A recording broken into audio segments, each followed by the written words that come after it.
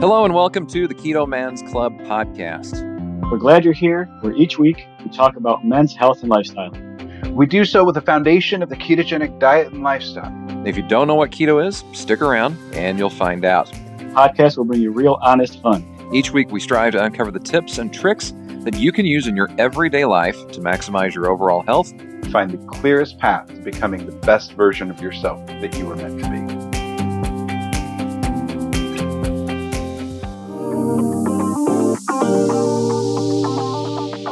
Eat meat, lift heavy, sleep, and repeat. We call that our life cycle. Made a shirt about it, and it rings true with who we are as a podcast and a group. We are fortunate enough to have partnered with a company who can help us achieve one of those three key elements: Som Sleep. They have a keto-friendly version of their delicious sleep aid drink, and we're loving it. It's a lightly flavored 8-ounce anti-energy drink. You drink it roughly 30 minutes before you're ready to go to sleep, and you'll feel it help you into a deep, restful, all-night sleep. It provides some helpful elements to do so, including magnesium, GABA, and melatonin. When combined, you have a powerful tool for getting the impactful sleep that you and I so frequently don't get in our technology-driven, fast-paced lives. You can find it at some retail stores, but you can also purchase it online and get it shipped to your door. When you do, use discount code TKMC10 and you'll not only be getting 10% off, but you'll be helping support the Keto Man's Club. You can find the link to their website by going to theketomansclub.com. We're thankful to Som for partnering with us, and we hope you'll benefit from the use of their product the way we have so far. Hello and welcome to this week's episode of the Keto Man's Club podcast. My name is Chris. I'm one of your hosts, and this week, as always, I'm joined by Jim and Alberto. How's it going, Jim? All is good. It is, what are we at? Mid-August as we're recording this episode, and school's gotten back in session. It's not 900 degrees in southern Indiana anymore. Things are okay. How about yourself, sir? Not too bad. It is 900 degrees here in Texas. I think that's what. And Berto, I apologize. Yeah, and Berto actually feels that way more than I do. Life is good. Keeping very busy. We had this last week the adventure of having our roof replaced, and this weekend the solar panels reinstalled. So it was a very busy week and days taken off of work unexpectedly because of home repair disasters as a result of solar repair replacement stuff. So it's just been very active. It got me a little bit off of my schedule, which I disliked, but I'll get back on. It'll be fine. I'm going to go to bed as soon as I can after this and get up at 4 o'clock and grind with Berto at the gym. So, Berto, what's going on with you other than 4 a.m. wake-ups? Oh, yeah. School's back in session, so training has moved up earlier because I try to be home as close to 6 as possible to help get the kids ready for school. So this is the time of year where like the grind is real, and I don't get as much sleep as I need to, but you kind of get used to it. But other than that, like home projects seems to be the thing of the season. Like we just had our master bathroom remodeled, just had our foundation leveled. We're one payment away from paying off Yvette's minivan. We just had my work just finally put together the new demo trailer. So basically, we have a trailer where it's basically a mobile paint shop. We could drag it around to body shops and then demonstrate our paint and how it works to competitors and see if they want in. So the new trailer is awesome. Still in jiu-jitsu, thinking about competing coming up here in the very near future. Just got to decide on a tournament I want to sign up for. But I'm also in the middle of a cut, which might work to my benefit as far as jiu-jitsu tournaments go, because it goes by age and weight. So I'm down about 10 or so pounds since July 12th. And if I can maintain this weight and still compete, I am right at the high 160s right now, so my weight for competition compared to my strength is ideal. So we'll see how that plays out. And other than that, birthday's coming up on Sunday. I'll be 42, and that's really about it. We're having a get together Saturday or at least you sent out the invitations and hanging out at a brewery to enjoy some hard seltzer and enjoy a little time together. So that'll be fun Saturday night. Yeah, out of the Okay. 40, 45 people I invited so far, I think like 6 are going. Well, hey, But one of our members is going to be in town, Matt Weiss. So Yeah. I'm going to make sure that we get him on, at least aware that this is happening, so that he can join us if he's able. I'll see if I can't help with that at all. But yeah, it'll be good to get together, however large or small the group is. It's been a while since we've actually recorded. We've kind of been doing this spits and spurts thing with recording, and now we're finally back onto a weeknight for recording, I think, which is a good thing. So that will hopefully get us on a more regular schedule for recording, as well as releasing, as I take more control of my schedule and editing process and things like that. So yeah, that's great. A couple podcast business things to attend to, of course, is you want to make sure that you check out our website, theketomansclub.com. All of our links to all of our social media, all of our social media, all of our the store, the affiliate links for all the different companies that we partnered with, all of that is available at theketomansclub.com. And you can get to the group, the Facebook group, both of them, the 101 and the primary, by going there to theketomansclub.com as well. So you've got a great option there for being able to connect with us in that way. So Jim, what's going on club wise as far as Facebook and everything else like that? I haven't seen a lot of movement or business, but what is there going on? Well, I think in the main group, we've been hovering in this like 3,600 member range for a little while. And I don't know we've got a solid group, obviously good engagement and everything. I don't know that, I don't know what the pause is on things. I follow a couple of different groups on Facebook that are for administrators and moderators, and it seems like it's kind of across the board. So one of the things that we talk about regularly on here is about joining the groups, getting engaged and getting involved and whatnot. It's just a couple of basic questions to get in the group. We just need to verify that you know what you're talking about, what you're doing, etc. And so if you don't do that, we're not going to let you in. It's not that we don't like you. We just can't let you into the club unless you know what's going on, kind of thing. The 101 group is more basic, but it does have some simple questions answer. Are you a man? Why are you wanting to join the group and whatnot? So getting involved and making sure that you pay attention to those questions is what's going to get you into the group. Either one. And I've noticed, I actually joined a completely random group a couple weeks ago on Facebook through my phone, excuse me, and it is a process to do on a phone versus on a computer.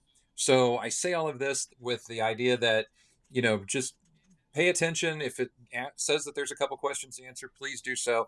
We'd love to have you get involved in everything. I think we've had some guys that have ended up in Facebook jail, not necessarily because of anything in our group, but the way of the world these days. Facebook has decided that if you use the word fat in 1963, you are not allowed back on Facebook, kind of thing. And I say that jokingly, but half serious, because in a group like ours, excuse me, in any group that talks about health, the subject of fat comes up quite a bit.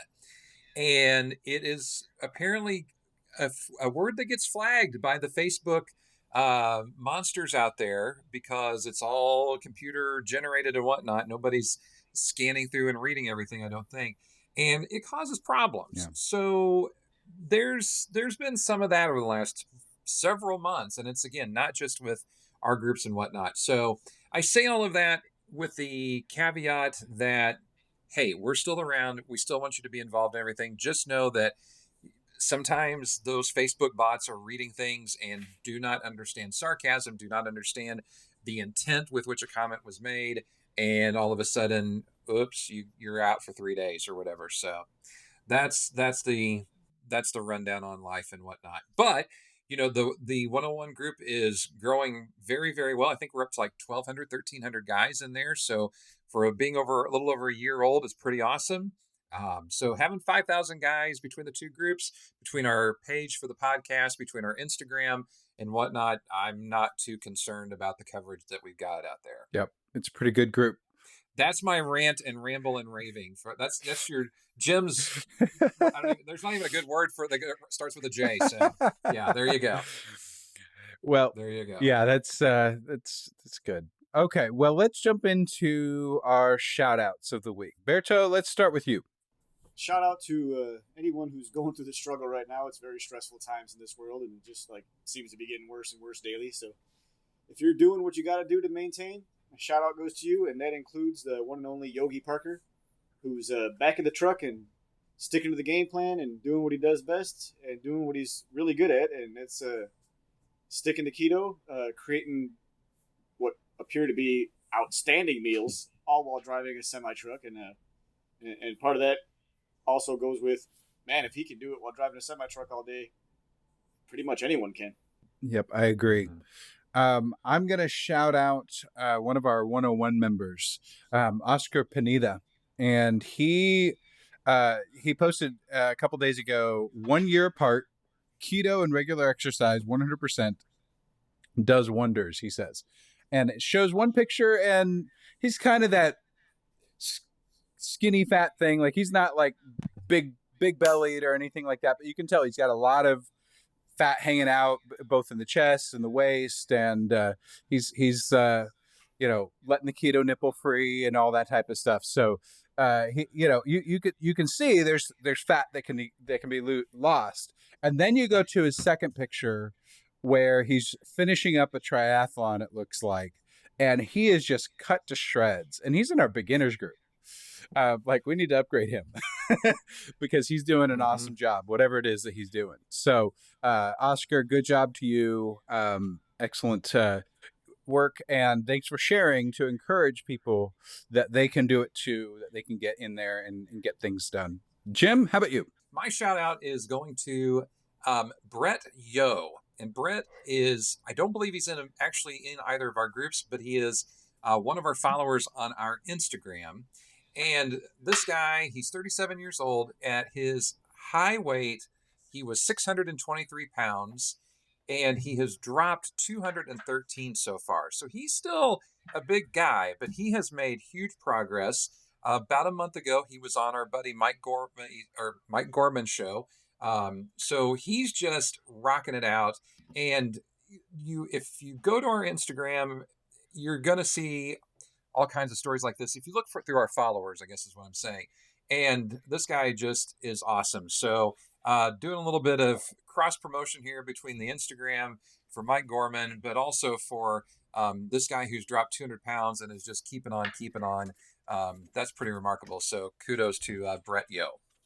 Very cool. Well, let's go ahead and not postpone it any further. We've got our friend and real champ here with us to share his story today, Jason Thompson. Really thankful that he's finally getting on. He has been through it. He's a hard worker. Berto and I are in a kind of a small group chat thing, and he's constantly in there just doing the work, putting the time in, and now he's kind of in a very different stage of his journey than what he started from. But let's start at the beginning. Jason, tell us a little bit about who you are, where you are in the world, just kind of some life statistics, and then kind of tell us what life pre-keto was like. So basically, me in a nutshell, 37-year-old sheet metal foreman, commercial HVAC, wife, 2 kids, just sent one off to college. Pretty fun loving, most of the time hunting, fishing. Pre-keto, I ate, drank like a fish, and I had tried dieting in the past, mostly just low fat, which I'd lose 20, 30 pounds in 4 months, but then couldn't stick with it and would fall back. Let's talk about the discovery thing. You get to, what was your weight at the tail end when you found keto, and kind of how did you find keto? So January of 2000, I was clocking in at right about 285. About May, my wife actually looked into a program, a diet program here, which what it was, but the main basis of it was keto.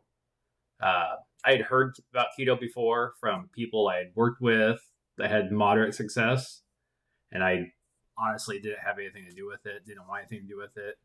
So when the wife started talking about it, I started researching more and decided we'll give it a shot, and kept running with it, and glad we did. Let's talk about the beginnings. What was it like? What was the adjustment to this new way of eating? What did you crave the most? Things like that. The adjustment, I've always been a steak and potatoes guy, and losing the potatoes and pasta and stuff was a little rough, but made the adjustment pretty quick. I've never been big on sweets. I take them or leave them type deal, so that didn't bother me a whole lot. So when you got started, what was the plan of attack? Were you eating smaller meals? Were you eating different types of things? Were you having to chug water? What was that initial change up for you? Basically, when we started, she had a recipe book she was given to start this program, and we just started Googling stuff, and this sounds good, we'll try it. Your wife, you said your wife was involved. So what was her goal? Does she want to lose weight as well, or just kind of tone up a little bit, or what was going on with her? She wanted to lose the weight. I started to support her and kept going. Awesome. Team efforts are always good.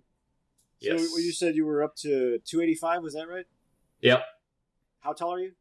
6 foot. That's still a big guy. Anyway, you cut it, 285 is a big guy. Yep. So once you got kind of rolling with keto, how was your experience coming from like that much weight? Like, did it start falling off you immediately? Was it a slow start? Did you kind of not realize how it was going to go? Was it slow and confusing, or was it fast and like surprising, I guess is what I'm trying to say. For me, it was really fast. I want to say after 3 months, I had lost 50 pounds. Oh, wow. Yeah. But I think day 3 is when I started tracking and planning ahead, and I've been doing it ever since.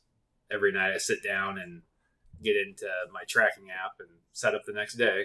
Yeah, that's one thing that's really unique about you is I don't know many people that pre-track and set their food up the next day. Like I literally wing it every morning. Like I don't even know what I'm gonna eat for breakfast tomorrow. I'll figure it out tomorrow. I don't know what I'm eating for lunch tomorrow. I'll figure that out tomorrow too. I just make sure I hit my numbers by the end of the day and it's all good. But yeah, you definitely have a much more calculated approach to where like you've got it down to exactly what you're gonna eat the next day. It's not even a thought for you anymore. Yeah, I try every now and then to go off like that, and I end up having a breakdown and don't know what to eat, and then overeat. You said you were a steak and potatoes guy. Was it hard to give it up? No, not at all. I kind of set my mind to making it work and stuck with it. Really hard-headed. Okay. That helps. Yeah. Fair enough. Yeah, that type of tenacity, though, is actually a very good thing. It's an asset that you can absolutely put to use in your favor, and you're definitely doing that. So it's been, how long has it been at this point, and then where are you at now? So May was a year, so this will be 15 months now we're into it. I'm weighing in right at 175 right now. I got down to 162 at a low after the carnivore cut and decided it was time to bulk back up some and been working on that. Yeah, that's been an experience in and of itself, because you've had to start eating more. You've had to be intentional about making sure that you're eating more. Talk about that and what that's been like trying to plan for and adjust. I'm already smiling. So I know it's coming.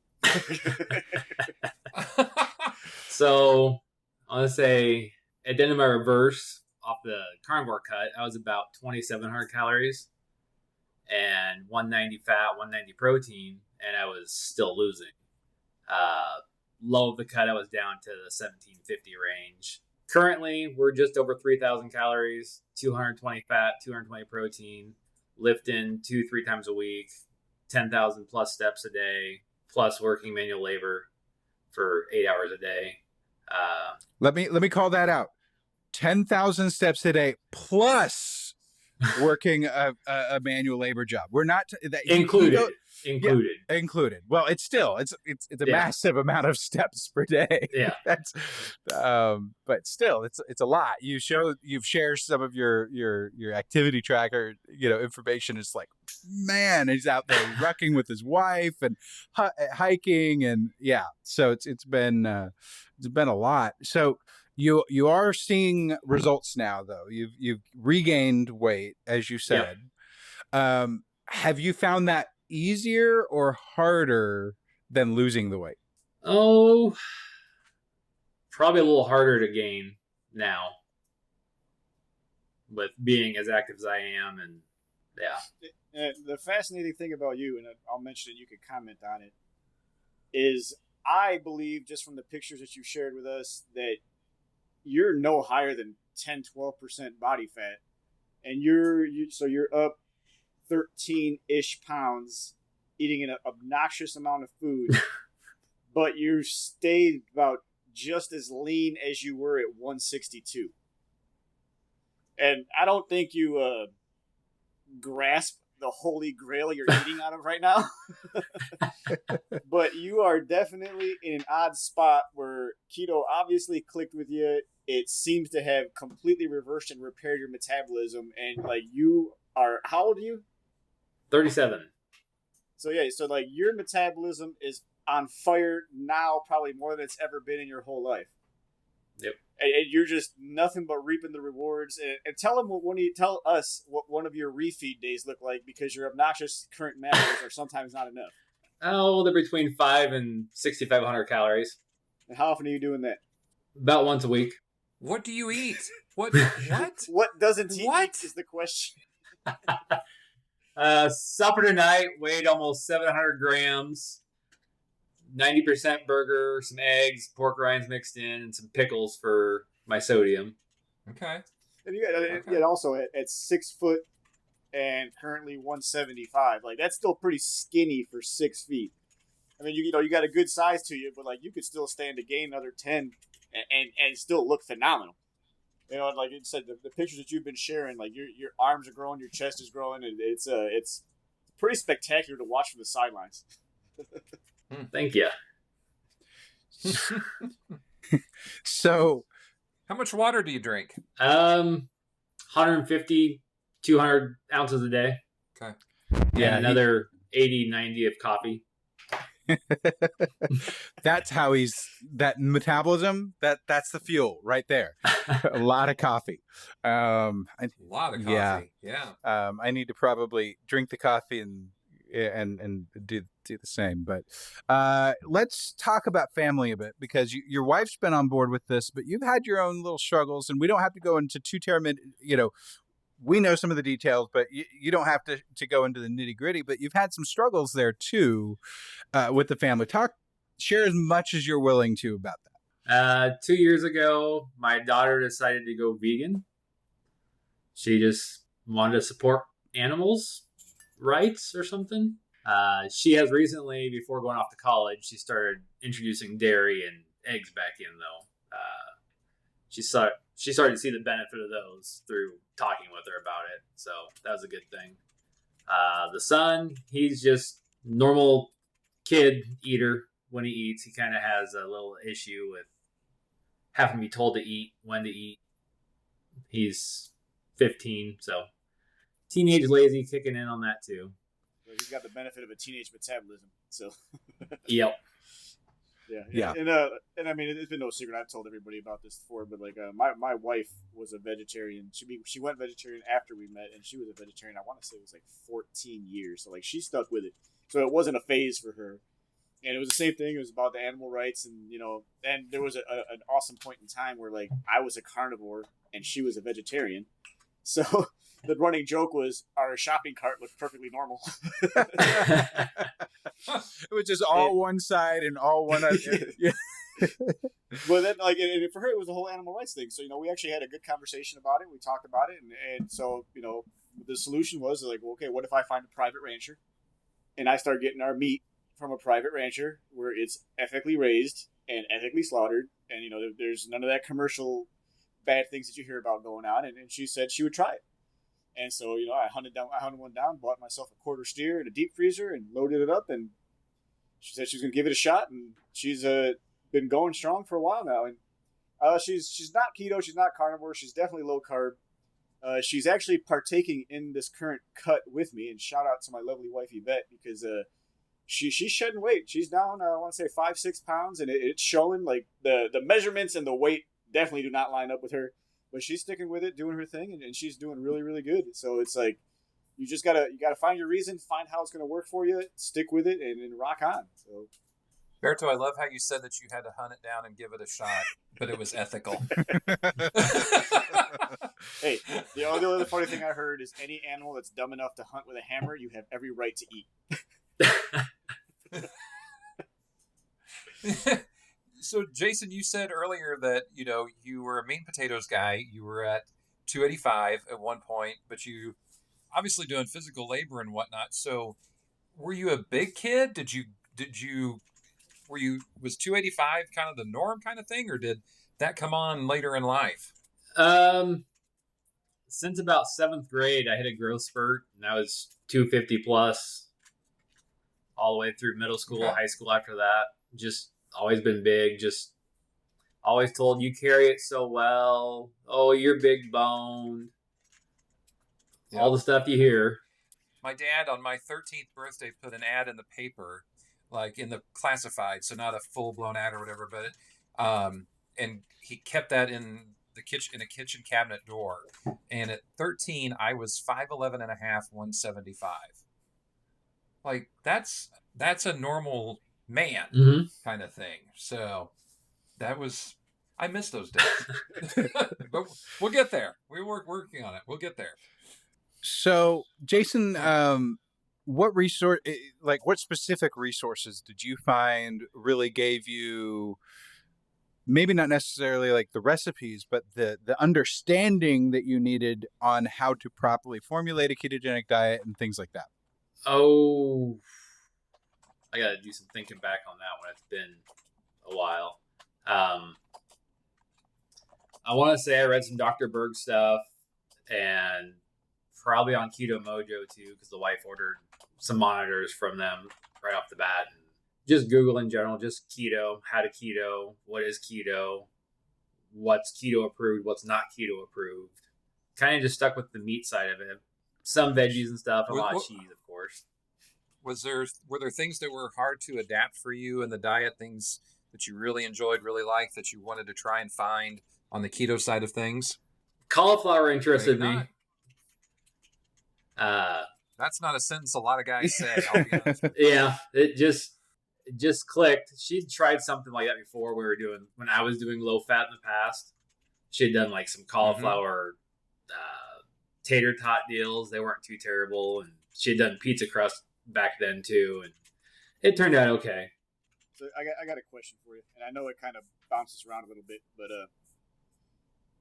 when and this is more for my own personal entertainment, when it's time to seriously cram some calories and you've only got a few ingredients that you want to work with, what is your go-to? My go-to for calories, usually I'm lacking on my fat, so I rip out that pork jowl bacon that I've shared with the group a couple times. Stuff's high calorie, high fat, and pretty light, easy to eat. That's a good answer. Very cool. Very cool. To go with ground beef mixed with cream cheese. Like I can eat that. I can almost eat that. Like right now I can't because I'm not eating dairy. But like, if I didn't know what to eat, dude, a pound of ground beef and a brick of cream cheese. That's a cool. I want to say 1,500 calories. That would be like supper. Yeah, that Yeah. would be about 1,500 right there. With because a pound of ground beef is about 1,000 calories roughly.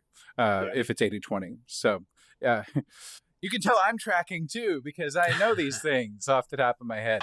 One of my go-tos for something simple is heavy whipping cream. Just whip it up and eat it. Like it's refreshing and it's fat and it's a nice way to, bump those fat numbers up at the end of the day. That's when I don't have pork rinds around because that's my other go-to.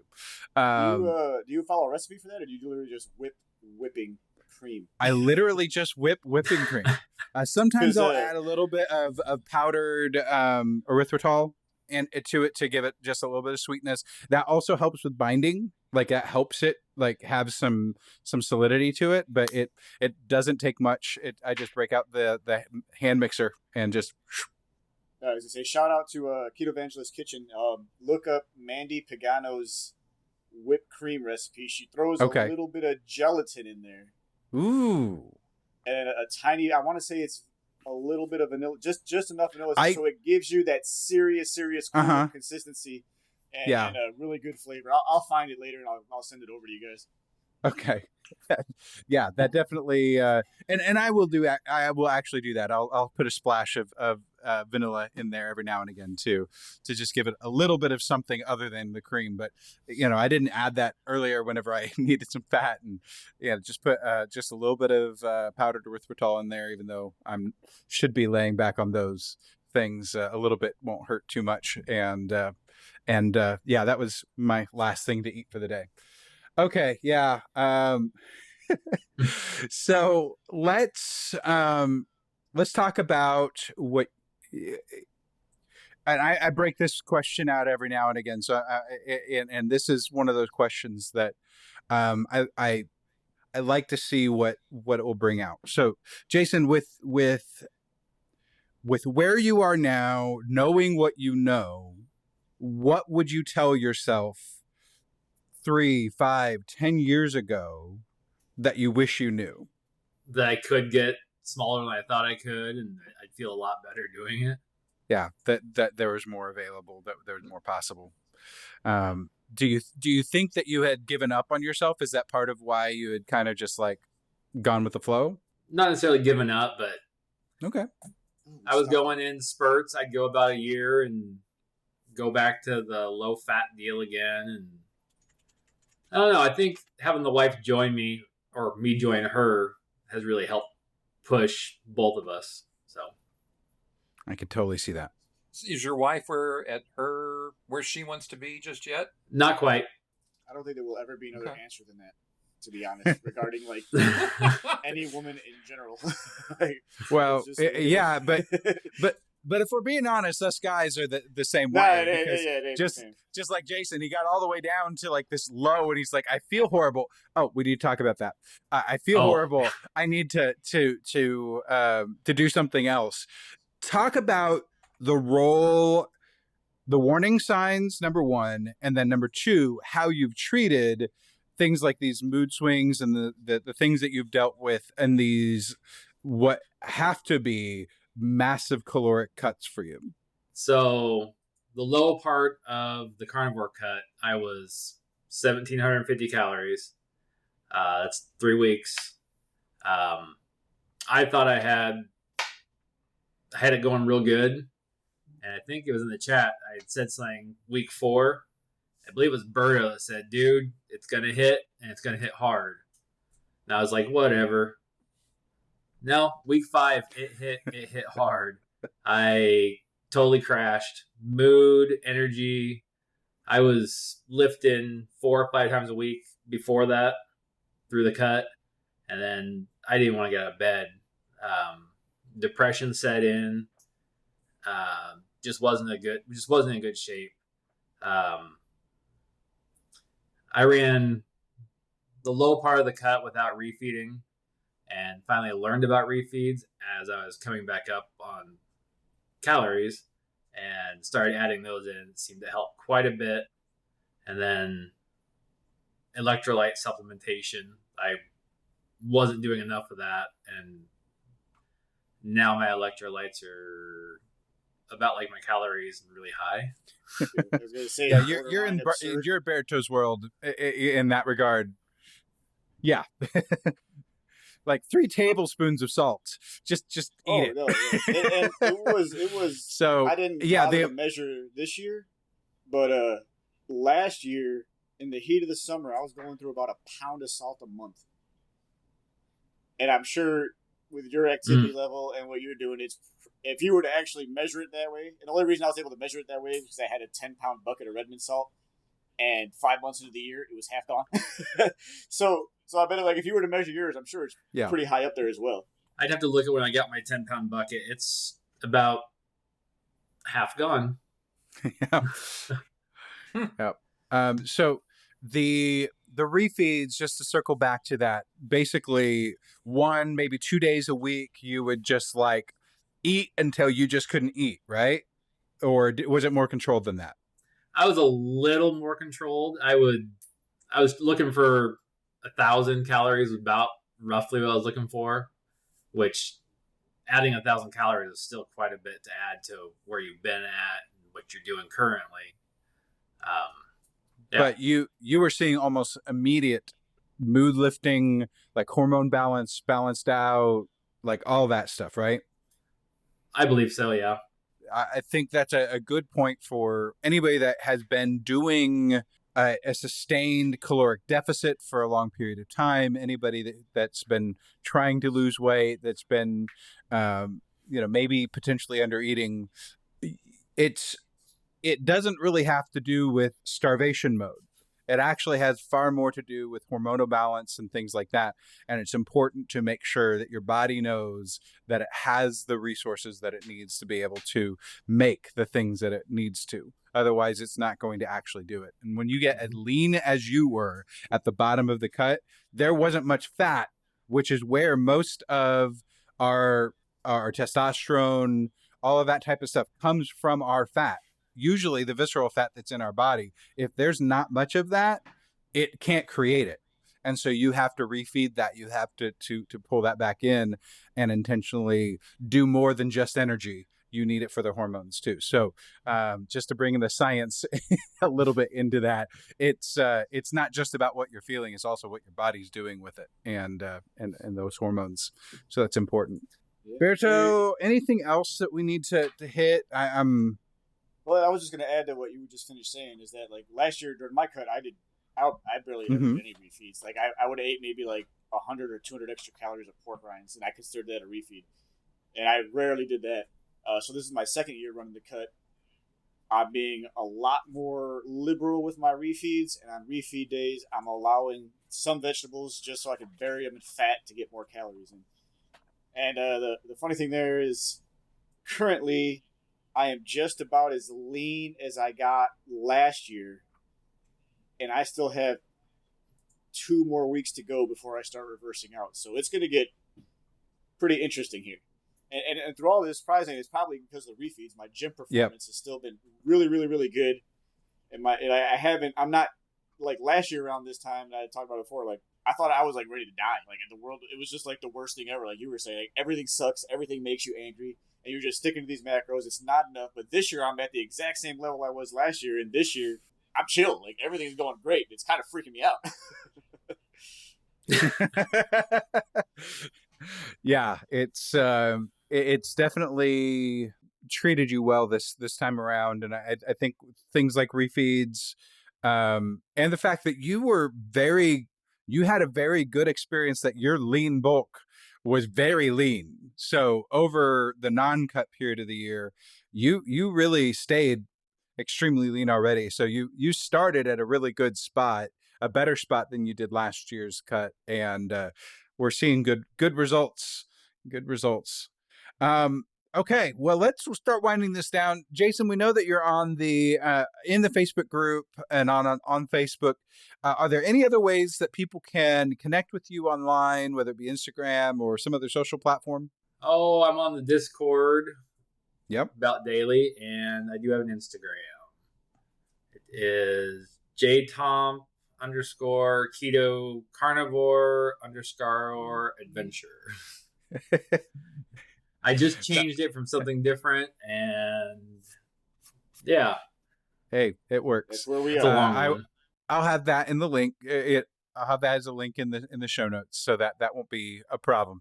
People should be able to click on that, and I know that you'll be a great source of information for anybody who does reach out, because you've been there, you've done it now, and you're doing it and winning, and that's awesome. So let's just remind our listeners one more time. Check out our website. All of the YouTube versions of these videos, which they haven't been coming out as consistently, even though there's video available for some of these conversations that we've been posting.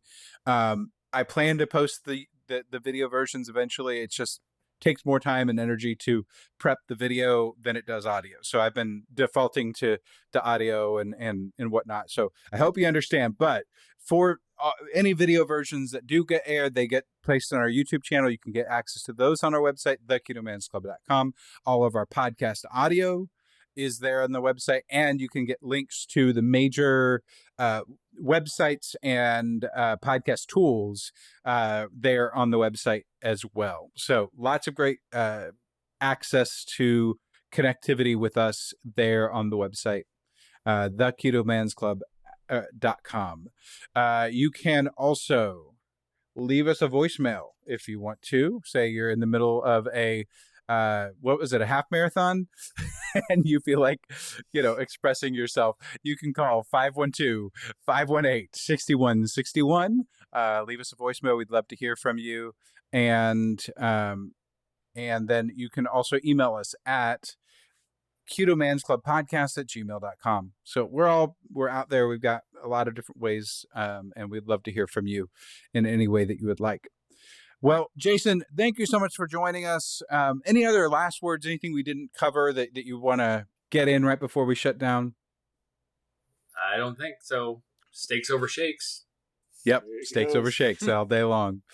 Well, with that, until next time, make sure to eat meat, lift heavy, sleep, and repeat.